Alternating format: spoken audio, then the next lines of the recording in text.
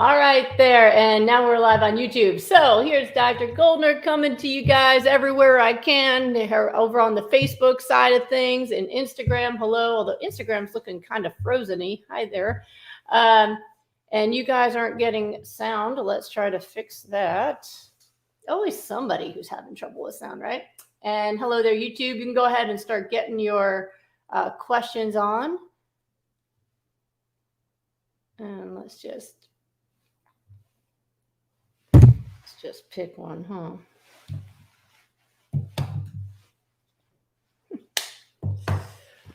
All right. One moment, guys, and I will be with you. All right.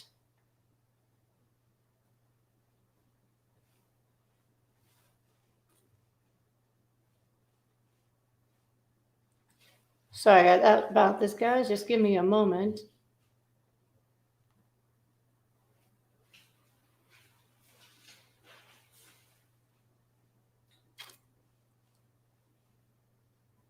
There we go. I think this will fix the problem for you guys. All right. All right. Instagram, let me know if you guys can hear me now. If not, I will come right back. Can you guys hear me now? No sound? All right. Let me come back to you. Love technology. There's always something going on, right? Always something new and exciting. All right, let's try again.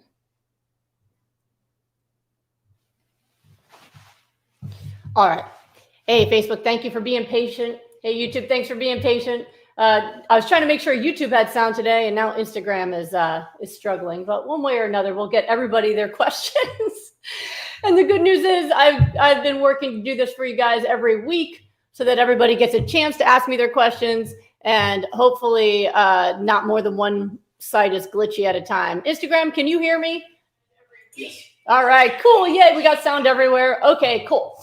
So this is what I'm going to be doing, you guys, as I have been doing every week since December, is I'm here to answer your questions. There's so many people out there who have questions about health, about nutrition, about life, and many people who just don't have the ability to work with me, but want to be able to get my advice. So I'm here to help you guys out with that.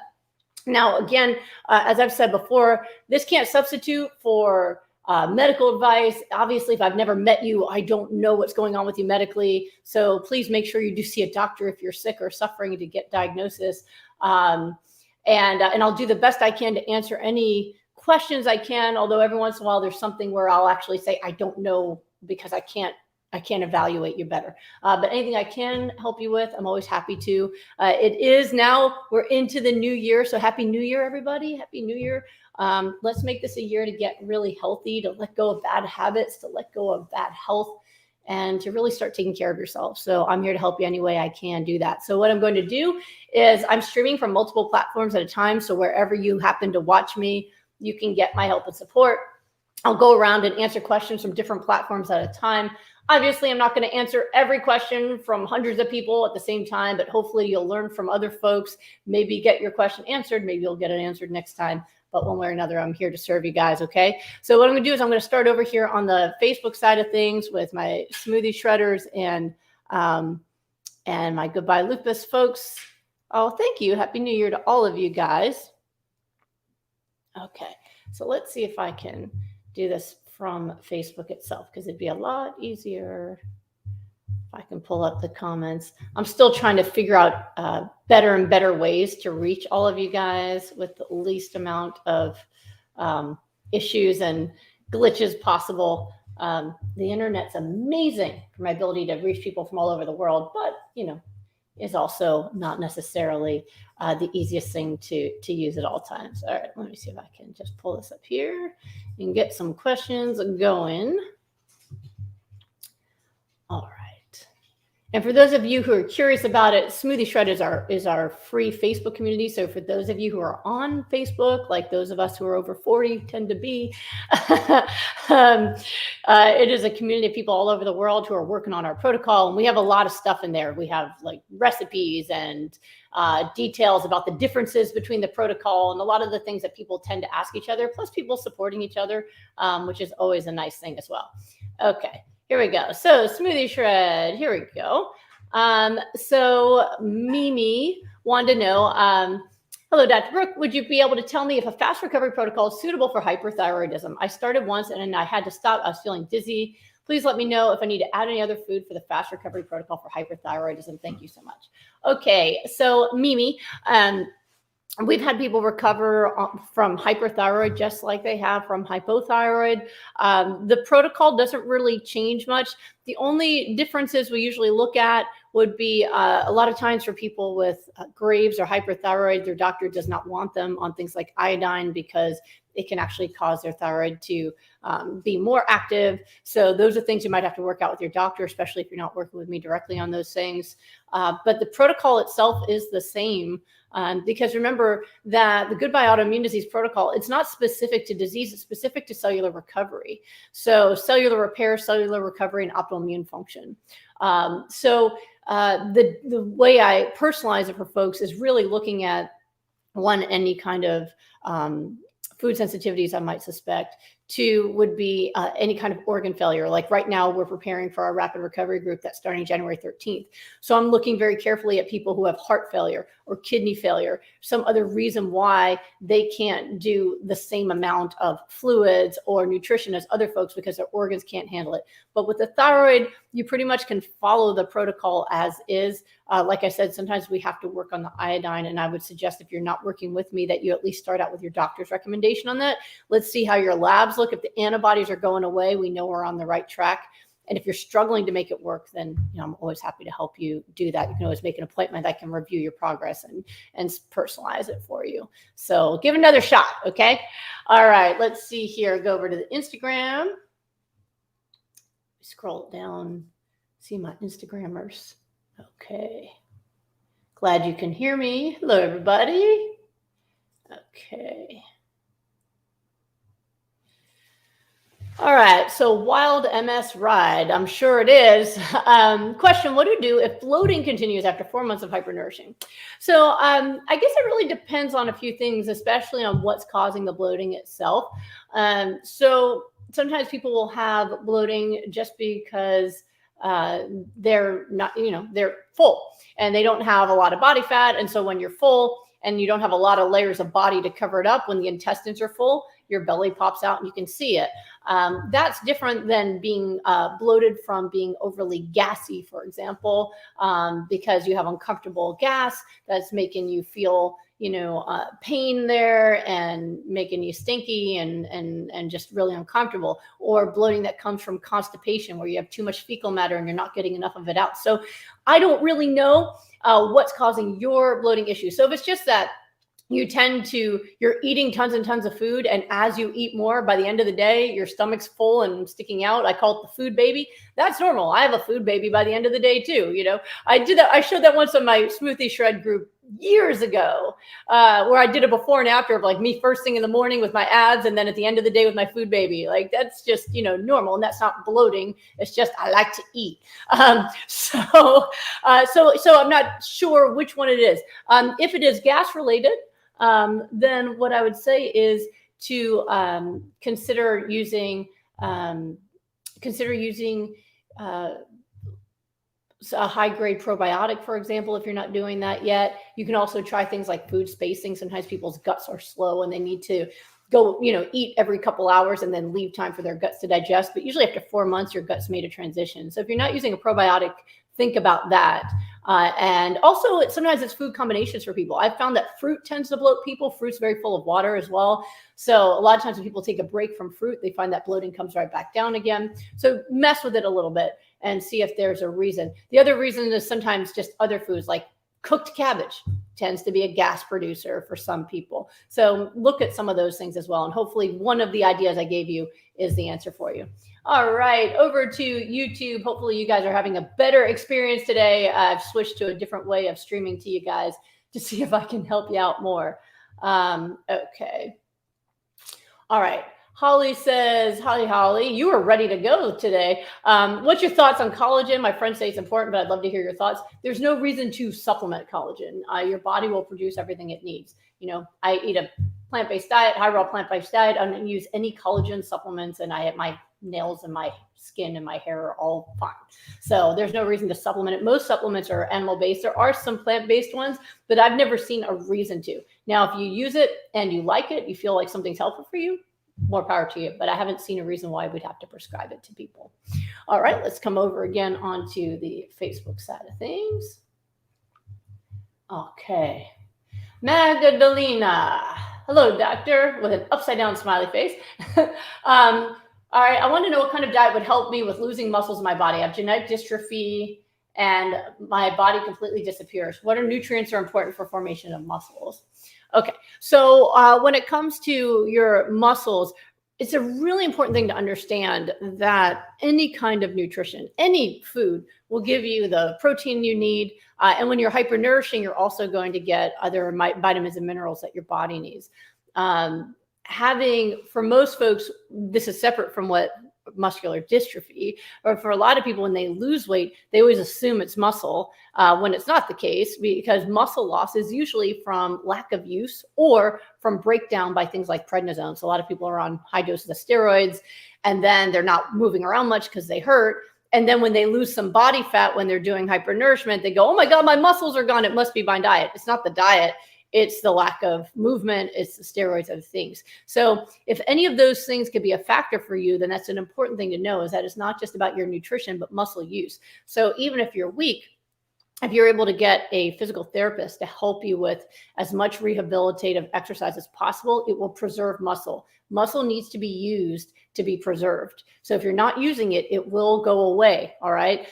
So even with dystrophy, if there's any way that you can get a rehab program in place, if you don't already, that'll help preserve muscle. The other thing that can preserve muscle is actually a supplement called L-glutamine. L-glutamine is a really interesting supplement. Bodybuilders use it because it actually prevents muscle breakdown, especially from steroid exposure. So what they found was when doctors started using it for burn victims, because when people are exposed to fire and they get terrible burns, they have enormous amounts of cortisol released, right, from the trauma. And then they can't move because they have these terrible burns all over their body. And so what was happening is by the time the burns healed, they couldn't walk. So what they found is when they gave them L-glutamine, it preserved their muscles. Now, when bodybuilders found out about that, they started taking it as well. But if you've been exposed to steroids, or you're just trying to avoid muscle loss from any kind of stress, you can also use an L-glutamine supplement to help preserve it, in addition to eating the foods that are really healthy for you, which you can do with hypernourishment and a plant-based diet. Okay, so let's see. And over to the smoothie shred side of things. Okay. Jazreen, hi Jazreen. Happy New Year, Dr. G. Does being on IVIG diminish the effects of the protocol? No, it doesn't. So you can take your medications and it does not diminish the effects of the protocol. In fact, we've had people do this protocol on so many different kinds of medications, IV medications, oral medications. It only helps your body. Right. So when I started this protocol, I was on medication and then I didn't need it anymore. And for most folks who I see, they're on medicines when they're using this. And one of the reasons they're doing the protocol is to be able to potentially get off of them. So yeah, there's no downside to using the protocol, and it's not going to be diminished by the effects of the medication. All right, let's see here, over to Insta.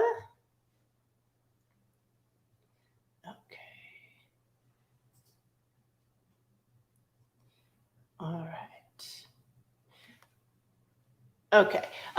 So twins 2 times. How much iodine do you take when you have hypothyroid? So the current recommendations in the scientific community is that if you have a normal thyroid, 150 micrograms a day is the right amount. If you have hypothyroid, usually around 300 micrograms, and you really don't want to go over the recommended amounts. While iodine is necessary for brain function and thyroid function, if you have too much of it, you can actually poison your thyroid. You can overdose in it. With Graves' disease hyperthyroid, which somebody else is asking, it's controversial. So normally your doctor will tell you not to use it at all. I did see someone once who would bounce back and forth between hypo and hyper. And when we checked her iodine levels, they were severely deficient. And so working with her doctor, we did recommend that you start using some to replace it. But you really want to talk to your doctor about that, because usually they do not support using iodine supplementation when you have hyperthyroid. And one of the reasons is if you have excess thyroid hormone, anything that's going to increase that can create more symptoms. So that's the more gray area in it. All right, let's go over to YouTube. All right. Marjorie says that she's seen other people recommend 30 plant varieties per week, which is virtually impossible. What's your suggestions for plant diversity? Well, you'd be happy to hear that in my experience, people don't really require it.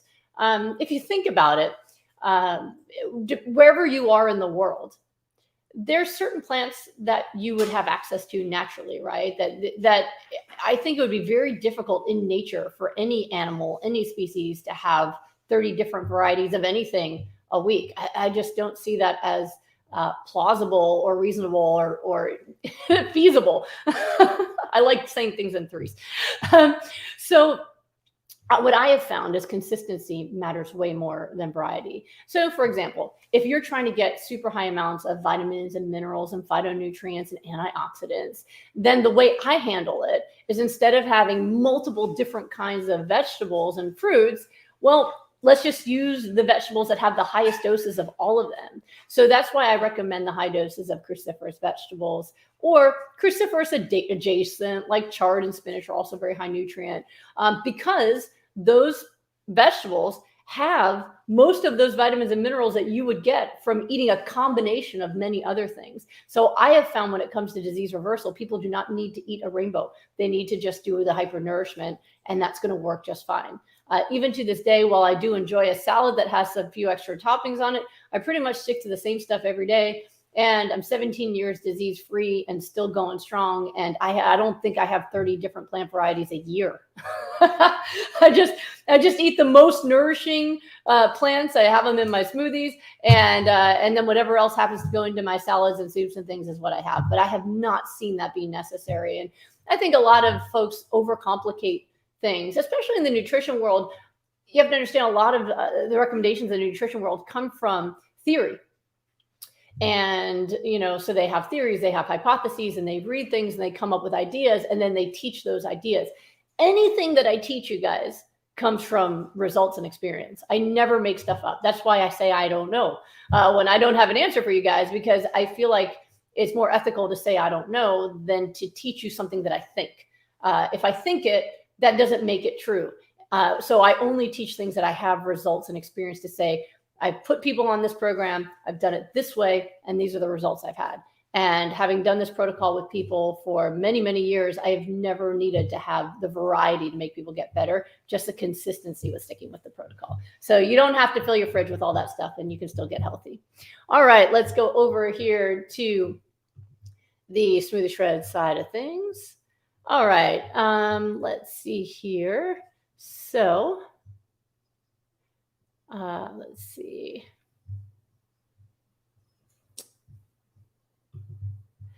All right. Let's see. How do I tell if my body's absorbing all the water I drink? I think it just passes through me. So if you're trying to absorb all the water, remember with hypernourishment, we are overdosing you. That's the intention, is to overdose on nutrition, hydration in a safe way, so that you can use as much nutrition as possible for your health, cellular repair, and whatever's left over goes in the toilet, right? So I do expect people to urinate a lot if they're drinking 96 ounces of water or more a day.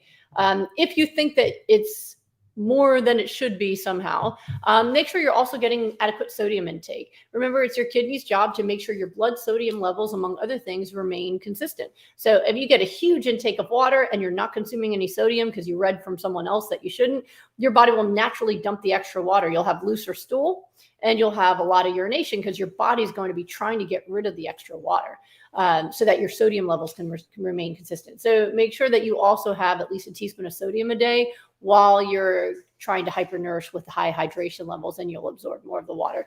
The other way to do it would be to spread it out more. If you drink like this much at once, you're not going to absorb it all. It's going to head out because, again, you're going to be putting a big dose in, and that's going to have a direct effect on your blood sodium levels versus having like 5 or 6 full glasses throughout the day or sipping throughout the day where your body easily adjusts and will hold on to more. Okay, let's see here. All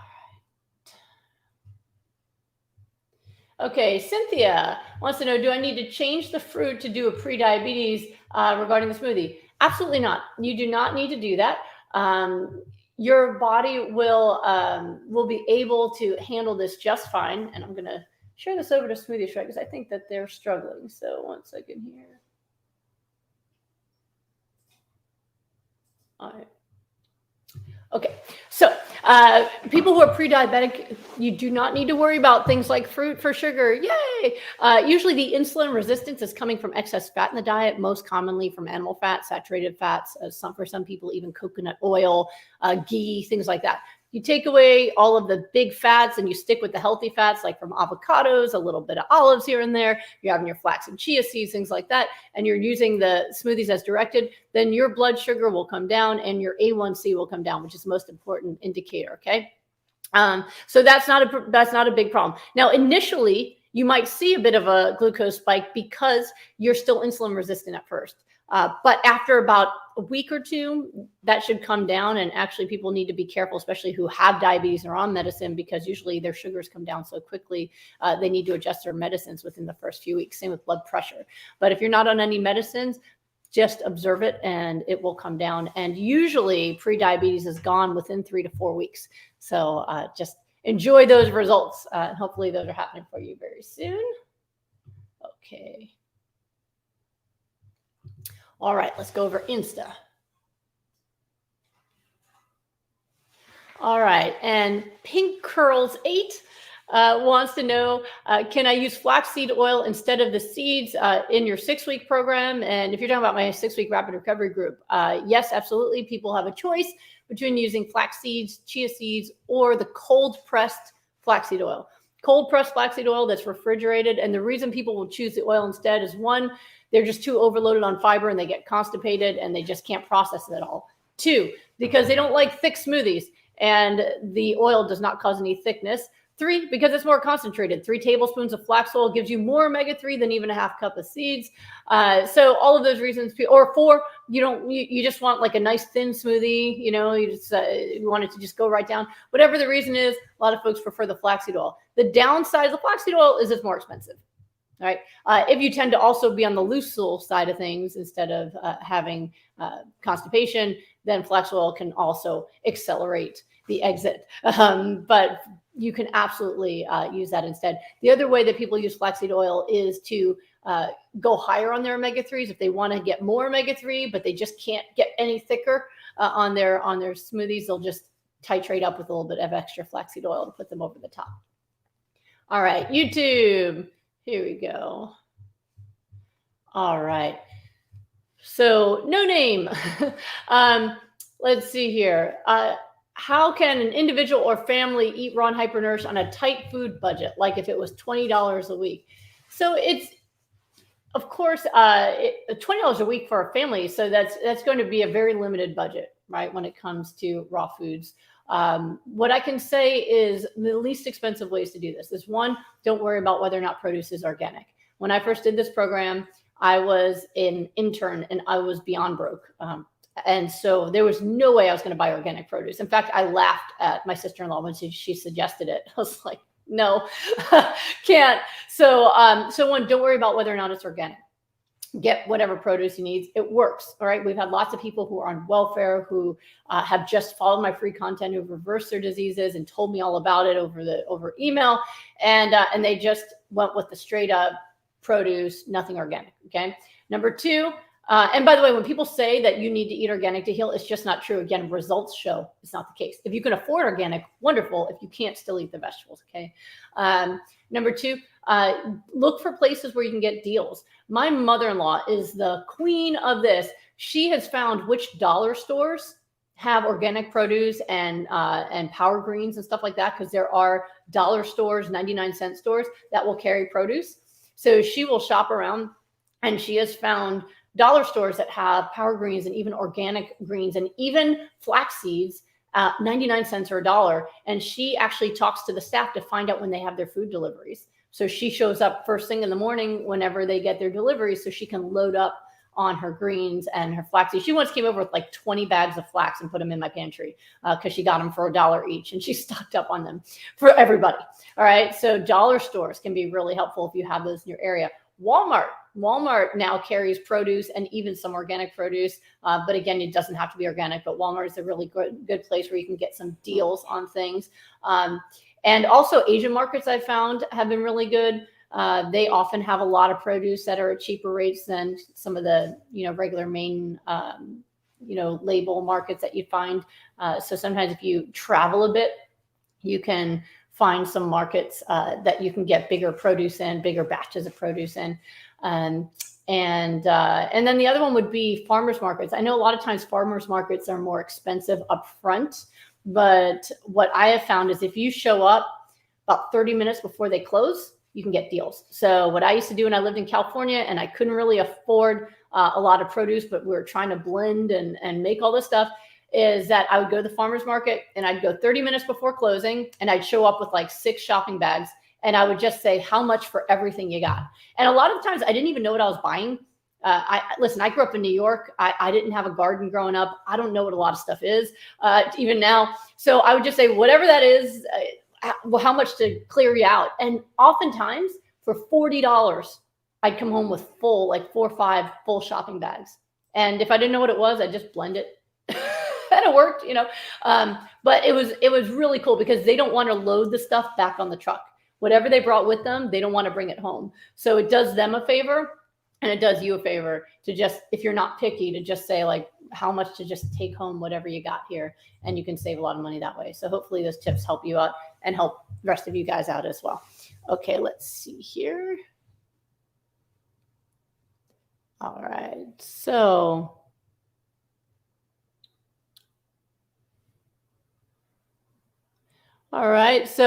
Diana Daria says, I have a question about shingles.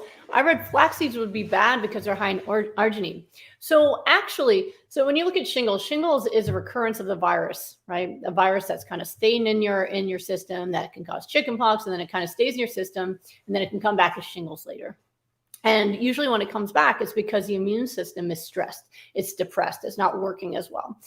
So it can happen when people are having high stress. It can happen when people are already sick with something else. But if you want to make sure you don't have recurrences of shingles, what you need to do is optimize your immune health, which means you're going to want to do hypernourishment. So I have never, ever seen flax seeds cause shingles, but I have seen people recover from shingles while using hypernourishment that includes flax seeds.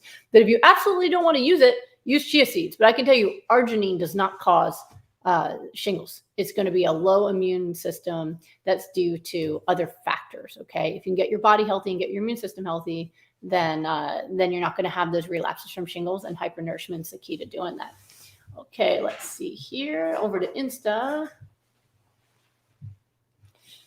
Okay.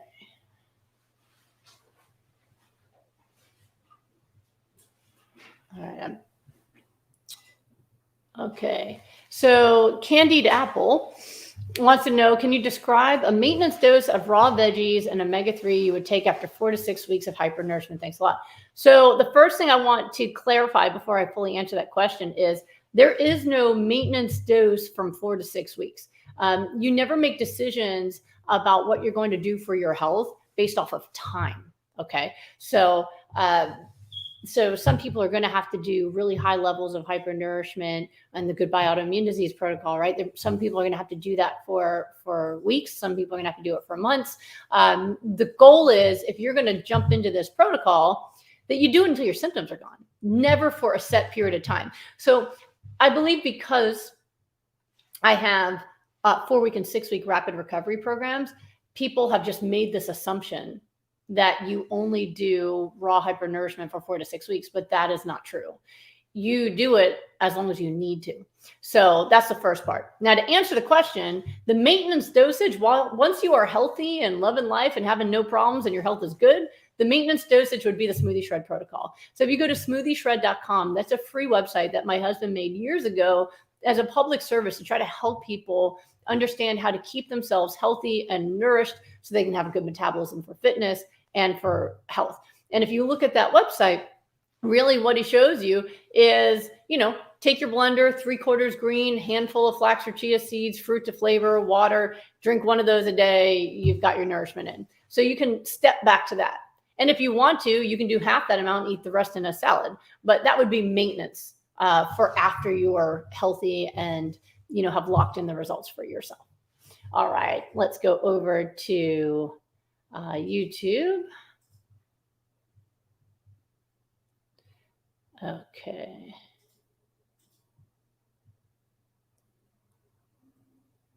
Sorry, guys, I don't speak French. If you write something in Spanish, you have a good chance I'm going to understand, but definitely not French. Let me see. All right, Cassandra, what do you think about algae DHA and the prudence of consuming it? There's arguments that grinded flax seeds minimally raises DHA. Could you please address this? Sure. All right. So there's definitely omega-3, EPA, and DHA in algae. It's where the fish get it from. The problem is getting the dosage you need for disease reversal. So we need to get the dosage really high for disease reversal because people are so deficient in omega-3 and they've got too much omega-6 and their balance is, well, they don't have a balance. So technically, algae is a good source of omega-3. The problem is I've never seen any packaged available algae supplement that would give you a sufficient dosage. I even called the companies that make it to see, could you make bottles of it for people who maybe have an allergy to flax or chia, where we could say, here you go, you can have a few tablespoons of this a day and get your health back. Because everything I see is a little dropper like this, and the dosage is minimal. The other problem I've seen with the supplements is that they dissolve the algae oil in another oil for packaging. And the oils I typically see are very high in omega-6. So sunflower oil, safflower oil are super high in omega-6. So people are consuming an omega-3 dissolved in a high dose omega-6, which just ruins the whole point of it, right? And it's expensive. So I just haven't seen it be practical yet. It's a possibility, hasn't been practical. Flax and chia seeds absolutely work to raise your omega-3s as long as you're not over consuming omega-6s. I describe in detail how this works in Goodbye Lupus. I actually wrote out the pathways and how you can optimize the conversion of ALA into DPA and EPA. Or DHA, I'm sorry, and EPA. So if you look at Goodbye Lupus, you can learn that. My online classes, you can learn that. But yes, it's already been tested and proven that that's just not the case. The problem with the conversion happens in people who are overdosing, and the omega-6s that will inhibit it. Okay, let's come over here back to Facebook side. Debbie says, your smoothie saved my health. Thank you. You're welcome. I'm so glad to see that. And, thank you for writing that and letting other people see that as well, because it always helps when people see other folks talking about themselves and the changes they've had in their health. That's really what made this into a movement, is all of you guys sharing your stories with each other. So I always appreciate when you guys do that. And if you have stories of healing, send them to me. I love that when people send me messages and emails and tell me their stories. It's the best thing ever. And it's the reason why I do this work, right? The reason that I continuously try to find different ways to help people for free is because it works. That when sorry, this thing fell out of my ear. I have small ears. The fact that I've been doing this and putting my protocol out there and teaching this stuff for so long, and I get messages from people saying, I watched your classes, I've done all your free content, and I'm disease free. It tells me it works. And that's why I continue to do this stuff. And that's why I do these Q&As now and whatever I can, is because I know it works for people, that when they get the answers and they get the information, it works to save their lives. So that's why I'm doing this. And if it's worked for you, I love hearing it, because it reinforces that I'm on the right track with the work that I'm doing and the time I'm spending with you guys. And it also just makes me really happy. All right, let's see here. Okay. Let's see if I can read them better on my computer.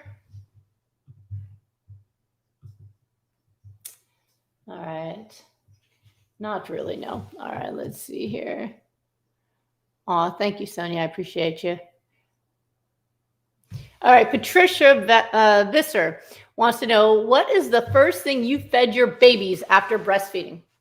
Okay, so I breastfed both my babies for 2 years, and that is, there's not enough science yet to say the right time to stop. I based my decision off of when there's closure of the ability of antibodies from the mother to be able to get into the baby's bloodstream. I figured as long as my antibodies are getting through, I'd keep going. So about 2 years seems to be the answer. My second one wanted 2.5 years. So I let him wean himself at 2.5. So they continued to have breast milk during that time.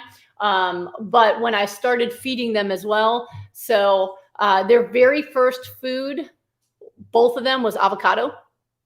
And avocado is easy because I just take a spoon and scrape the avocado itself and put it in their mouth. You don't even need to blend anything up. So avocados and bananas were very early, and smoothies. I started putting green smoothies mixed in with some breast milk.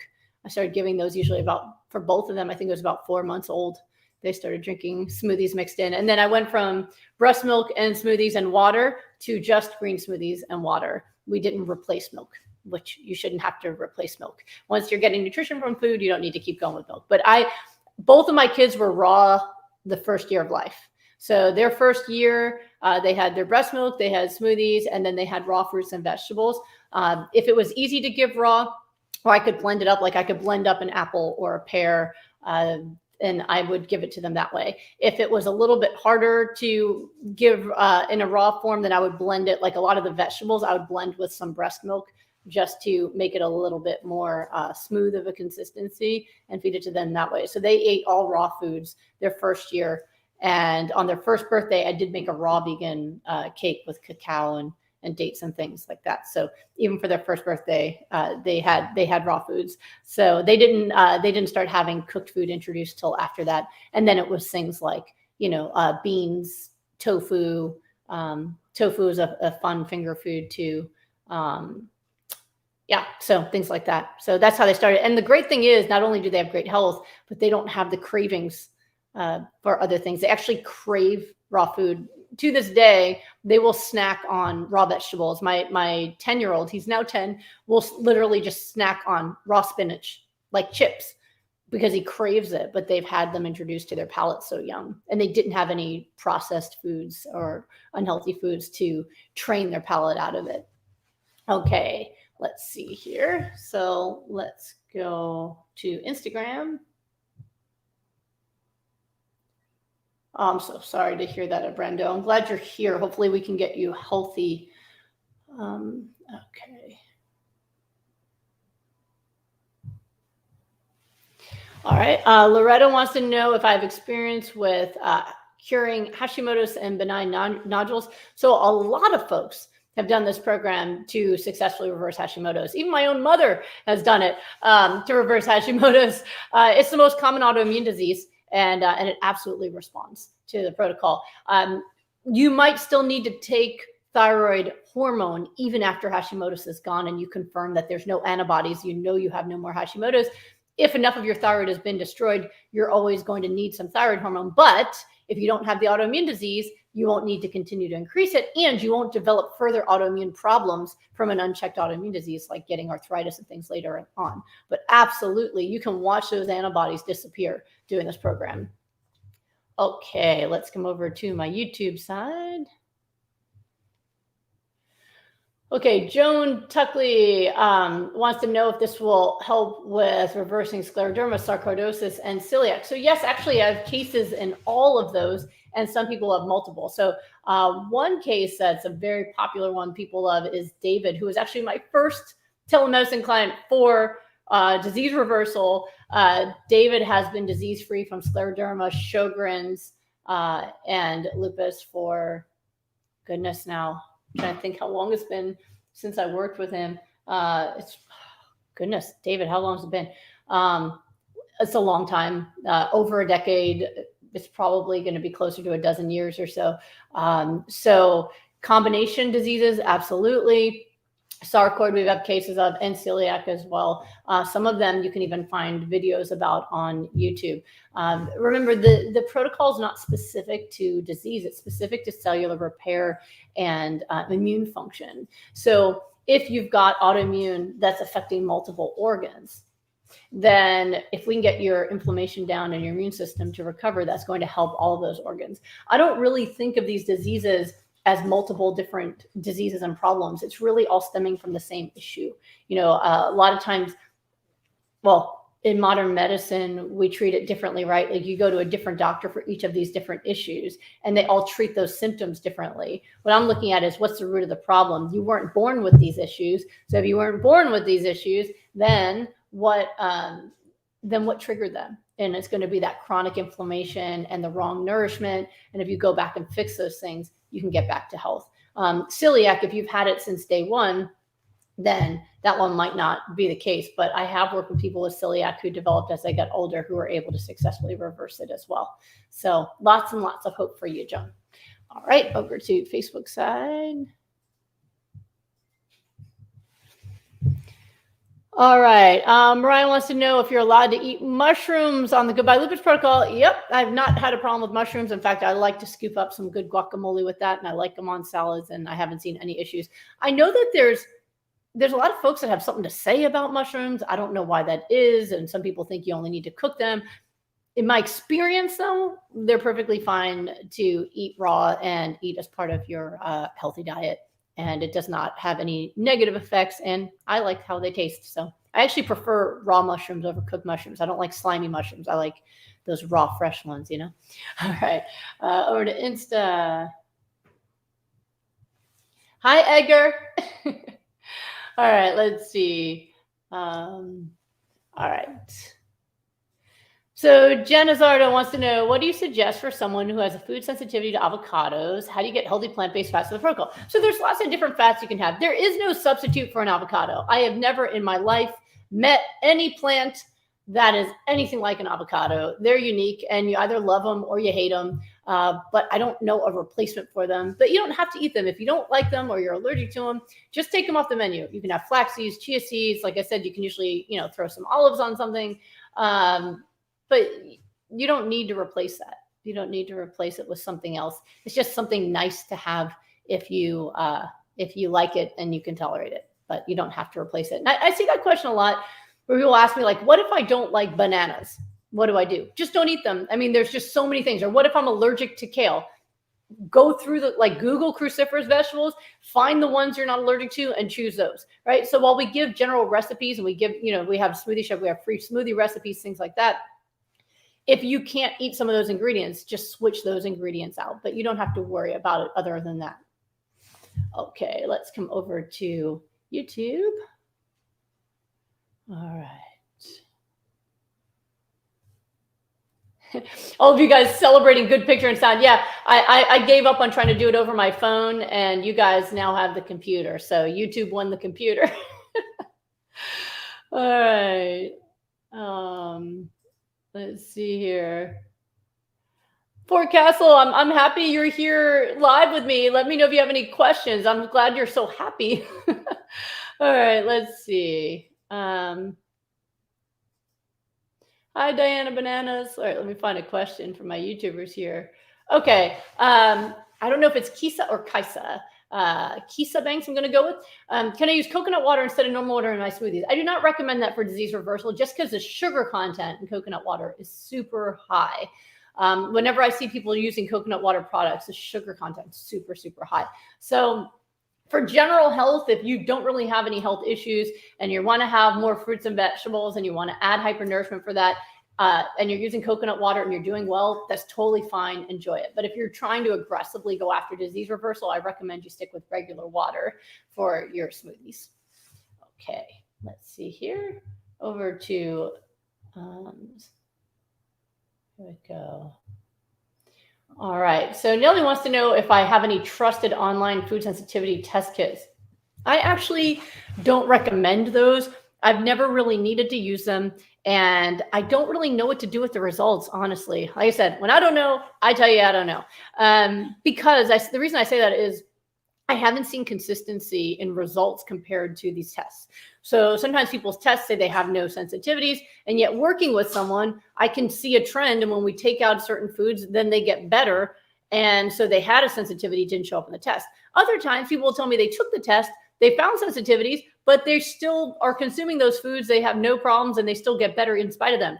So I don't really know that it's necessary or that it will give you the information that you really want. That said, if someone gets one of these tests and something's listed as sensitivity, what I usually say is, well, just follow what the test says and don't eat the things it says you're sensitive to. But I don't have any tests that I recommend because, again, I'm results oriented. What I teach is what works for results. And I have not seen consistent results in food sensitivity tests and results in people in disease reversal. So if it's not consistent, I just throw it away and don't go by it. What I want are things that work every time. That's how we came up with hypernourishment, is we isolated the ingredients that are necessary and that work every time. And then working with thousands of people over the years, isolated the amounts that it takes to have consistent results for people. So that's really what I focus on. So I don't have a test to recommend for you, but if you want to do it, then just follow what it recommends. That's the best I could do for you there. All right, let's see. Okay. Oh, thanks, Edgar. I appreciate that. Some love from Long Beach from back in the day. All right. Let's see. Okay. All right. So Barbara wants to know, Barbara Pigonakis wants to know if hypernourishment can help with loose skin. Okay, so skin, this is a big issue for a lot of folks. People really, of course you want to have healthy skin. All of us want that.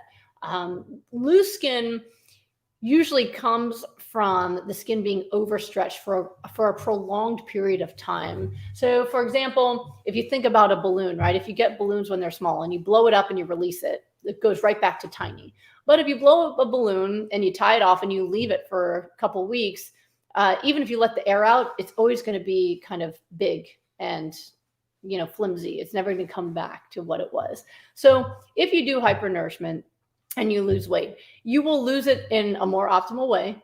And your skin will be as healthy as possible because your skin's nourished. If you want healthy skin, you have to nourish yourself. And your skin is the last organ to receive nourishment. So the amounts that we have in hypernourishment are going to be optimal for you, right? But I can't guarantee that will mean that when you get to your optimal weight, there won't be some loose skin. If you have loose skin on your body, the best way to fill it in is with muscle. So after you get really healthy, then you switch over to the Miracle Metabolism protocol that my husband teaches, Thomas Tadlock. He has a book, Miracle Metabolism. He tells you how to go from hypernourishment and fat loss to a healthier way to add muscle, where you're really eating high amounts of things that cause you to put on weight. If you do bodybuilding, and if you have loose arms and you do bodybuilding and you build up big biceps and triceps, you can fill in the skin with the muscle. But there's just, if you have been very overweight for an extended period of time, there's probably still going to be some kind of loose skin. I mean, that's true even for those of us who have babies, right? Like my skin's pretty good and I have abs, right? But when I sit down, I can really pull my skin on my belly the way I couldn't before, but I've had 2 babies, right? So it looks good, but it's definitely, I know that it's looser than it used to be and there's no fixing that. The only way that I could tighten it up would be to put more muscle there or to get fatter or to have another baby. That'll make it nice and tight. So you go with that. Get yourself healthy and do the best you can with your skin. But I've never seen anybody regret fat loss and getting healthy just because of loose skin. It's still worth it. All right, let's see here. And do not get fillers, guys. I have been down the rabbit hole lately learning about fillers. And what I learned, this is just an aside that just got stimulated by that question. What I learned is that the newest research is showing that fillers don't dissolve. Fillers do not dissolve. So what plastic surgeons and the folks who are putting fillers in are being told by the companies is that filler dissolves within 3 months, right? And so then people get more filler and get more filler. But have you noticed that there's a lot of celebrities out there whose faces used to be oval and now they're kind of big and squarish, right? It's because what they have found with recent MRIs is even 7 years later, fillers are still there. They just migrate. They move. So the fillers that you put into your cheeks now move down to here, and then you get new ones in your cheeks, and then it moves down to here. And that's why their faces just keep getting bigger and bigger, even though they keep refilling it. So people are having to get them dissolved. So don't put that stuff in your face. There's nothing wrong with getting some lines in your face. I got them too. Look, I got all this is almost 46 years of smiling. It's okay. It's okay for us to get older. If your skin is healthy and glowing, you'll look good anyway. But don't put the fillers in. It's pretty shocking what I've been reading lately, looking at these MRIs. Don't do it. Don't do it. Loose is better than filler. Okay. Let me look at Facebook over here. Anastasia wants to know, how can I cut out needing to eat every 2 hours? It's a habit I created and I struggle to break. I worry now if I will feel well or get more anxious if I don't eat that often, and how to stop waking up at 3 a.m.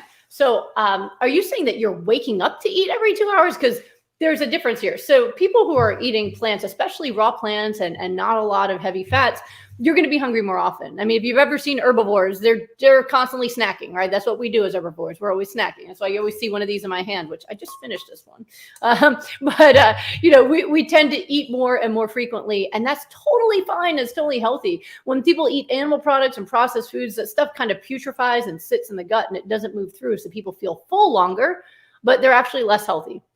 So the plant foods, once your gut gets healthy, tends to move through. So it is totally normal to want to eat every couple hours or every 90 minutes or every 3 hours. It's totally normal and it's better. When I see people say that they don't like eating plant-based because they're too hungry by the time they get to lunch, I'm like, oh, you haven't learned that you have to eat a snack between breakfast and lunch. You got to keep the food coming, right?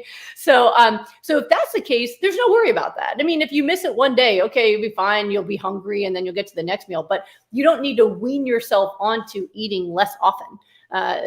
You should be eating more frequently. And if you're eating healthy foods, you don't need to limit it either, right? If you're eating fruits and vegetables and things, that's okay. There's no reason why you have to stop eating that or spread it out. So that's totally fine. I don't know why you're waking up at 3 a.m. though. I don't know if you're trying to say that you are waking up at night every 2 hours to eat. That's unusual. Normally, there are some people who have it. I've had a handful of people, literally one hand, they need to wake up. They wake up hungry and need to eat again. But they've always kind of been that way. So if you're that person, you might have to do that. It seems like there's very few people out there, but maybe you're one of them that actually do need to refill at some point at night to feel normal. Go ahead, do that. What can also help with that is maybe if you eat a heavier meal right before bed. So like something that's like avocado. So fats slow down digestion a bit. So if you have like a big avocado meal before bed, or if you're just doing hypernourishment, you could do like tofu and avocado. You'll get a big hit of fats. And it'll be much slower moving through your body, might keep you asleep a bit longer. But yeah, there are some people that seem to wake up and need a banana and then go back to bed. And if that's the case, that's fine. But I don't have enough information to answer your question about the 3 a.m. So sorry, did the best I could with what I had. Okay. All right, let me see. Social skills for children. That's a cool name. Have lupus patients completely come off their medication like Plaquenil? Absolutely. Absolutely. I've been off my medicines now. Let's see. So I've been lupus free for 17 years. I've been off my meds for 16 years because at the time I didn't really know that the lupus was gone and my doctors were too scared to take me off of it. I mean, between kidney failure and mini strokes, they're like, you're a lifer, but apparently not. So 12 years with lupus, 17 years without, 16 of them without meds, including my pregnancies, and I've never had a relapse. I've had a lot of other folks who have followed in my footsteps who got off of their medications and have had pregnancies and other life stressors and never regressed as long as they follow the step down and maintenance way of life. You don't go back to the stuff that made you sick. You don't want to rush yourself off of those medicines. For a lot of folks, medicines are keeping you alive. They're important. I am not anti-medicine, and sometimes that makes people mad at me. I'm not picking this like a sports team. I go with results and what works. What works for a lot of people to keep them alive, including what kept me alive for the first 28 years of my life, is medicines. So while you're working on getting your health back, then use them if they're working for you. But when you find that your symptoms are gone and your labs are gorgeous, it's time to start talking to your doctor about why am I taking medicines when there's no evidence that I have a disease. Some doctors will still fight you on that, and you might have to get another opinion on that. There's a saying that I have that while some people can believe what they see, others only see what they believe. And so if a doctor believes that you have disease, even if there's no evidence of it because it's incurable, then they will tell you you have it forever. To me, if someone has normal labs and no symptoms, I would say that they are healthy. And that is a good time to talk to your doctors about how to safely get off those meds. Understand too that a lot of the medicines that they use for autoimmune diseases, when you stop them, the side effect of stopping those medicines is a spike in inflammation. And so sometimes people think they need medicines because they stop the medicine and their symptoms come back, but the symptoms aren't back because of the disease. You check their labs, they don't have a disease anymore. The symptoms are back because of withdrawal from the medicine, which is why you want to work with your doctor on how to safely withdraw so that you can get off of them and be well. And what I told my doctor worked was, listen, I don't want to just soothe your anxiety by me taking medicine, but I promise if I have any issues, I'll be back in your office because I don't want to die. I just don't want to take medicines I don't need. And he was willing to go along with that. And he's the one who fired me a year later when he's like, I don't know why you still keep coming here. So, which is great. Whenever someone tells me their rheumatologist fired them, I have a little party for them in my mind. It's pretty cool. All right, let's come over here to the YouTube side. All right, Brenda wants to know, what has been your favorite red cabbage-based or non-kale-based recipe that meets the criteria and has good flavor profile? I actually prefer green cabbage, personally. I like the taste of green cabbage. I like green cabbage with avocado, lemon juice, salt, and a little bit of chili powder. It is super fun. I like that. Some people like to add flax oil to that as well. And let me see here. I like kale. Well, you said non-kale. Sorry. I do like kale. Broccoli and guacamole, super easy. A lot of people freak out when they hear that I eat raw broccoli dipped in guacamole, and then they try it, and I get messages saying, you were right. Broccoli. I mean, broccoli just holds the guac. You can just scoop it in there. Those kind of things have been my favorite. Edgar could tell you back in the Long Beach days, what did I have on my desk? I had a big tray of veggies, including tons of broccoli and cauliflower and guac. And I just scooped that stuff into my mouth all the time. So I really do love that stuff. All right. All right. Let's do one more round. And then we will finish this round today. Okay. Let's see here. Okay. So Debbie wants to know, how many ounces of smoothie am I supposed to have a daily? I'm doing the protocol, but considered on this. So this is another one that people get really confused about. I have never said how many ounces of smoothie people have to eat. There is no set amount of smoothie that you have to consume. Smoothie is just an easy way to get the vegetables in. So the goal is really going to be, how do you get your nourishment in? So if you want to put all of the flax and chia and your leafy greens, cruciferous, into a blender, then just drink that blender, right? So if you're able to get, like a pound of veggies in there and you get all your handful of flax or chia or more and all that, and you blend it all up, then drink that blender, however much that is, all right? There are some folks who make a smoothie, like the person I saw this morning, her smoothie had, we figured out 8.5 ounces of greens in it.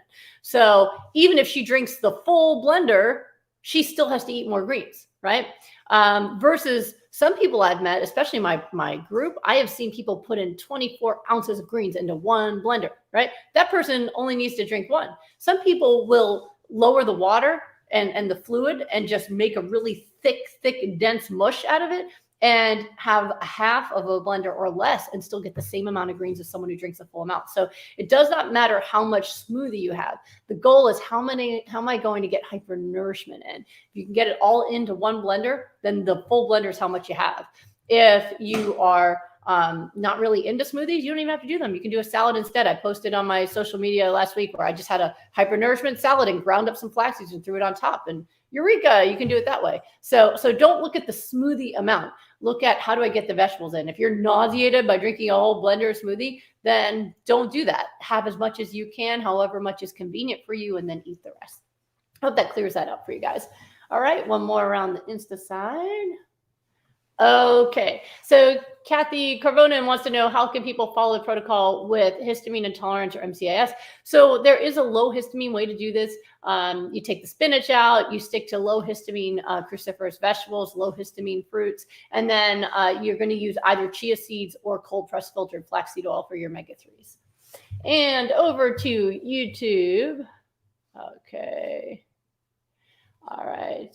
And Kevin, I already answered this one today about salt and water. So make sure you got that answer here. Thank you, Keisha. Thank you, Sheila. Thank you, Apple. Let me see. All right, Brenda, this is a good one to end on. What is the mindset hack you wish your clients would practice every single day, and why? I think the mindset hack that, or really the mindset that I want people to practice is, how do I summarize it well for you guys? I think really it's being present with why you're making your decisions, right? A lot of times people act very, they're very in the moment. They have a snap reaction to things, right? Like, I'm hungry and there's a fast food restaurant and I'm just going to have that, right? Or, I'm at a party and someone's trying to make me eat that and I'll just make them happy. And they're not really taking the time to really think about what the impact of their decisions truly is. That every time you make a decision about where you go, who you hang out with, what you eat, it's affecting you. It's affecting your body. It's affecting your health. It's affecting your happiness. And you're allowed to choose yourself. And I think that's what I would really stick with here, is that you're allowed to choose yourself. You don't need to make anybody else happy. And the secret is, you can't make anybody else happy. All of us are tasked with making ourselves happy. So you don't need to eat something someone made for you. You can thank them for thinking of you and appreciate them, even while you let them know that that's not on your diet. You don't have to go somewhere you don't want to go. You don't have to hang out with people who make you feel small or not listened to or unseen. You're allowed to choose yourself. And when you get healthy, that's really what it comes down to, is choosing yourself, to say that I'm allowed to be happy. I'm allowed to be healthy. I do not exist to just take care of others or just make other people feel good or to make other people happy. And the people who love you, truly love you, want you to be happy. They want you to be happy. So taking care of yourself is one of the ways that you can affect other people's happiness. So that's, I think, the most important thing. Is I think a lot of the struggles people have is they don't choose themselves. They don't choose themselves when they're feeling stressed or anxious or tired. They don't choose themselves over their cravings. They don't choose themselves over other people's comfort. They don't choose themselves. So I think once you've decided that you matter enough to come first, that your health and your happiness, your sleep, all of those things matter the most, you're always going to struggle with your health, with your nutrition. Everything's always going to feel hard and just out of reach. So I think that's the one that I would leave you with. All right. A whole bunch of people just spammed me on how do I work with you. So goodbyelupus.com is the quickest way.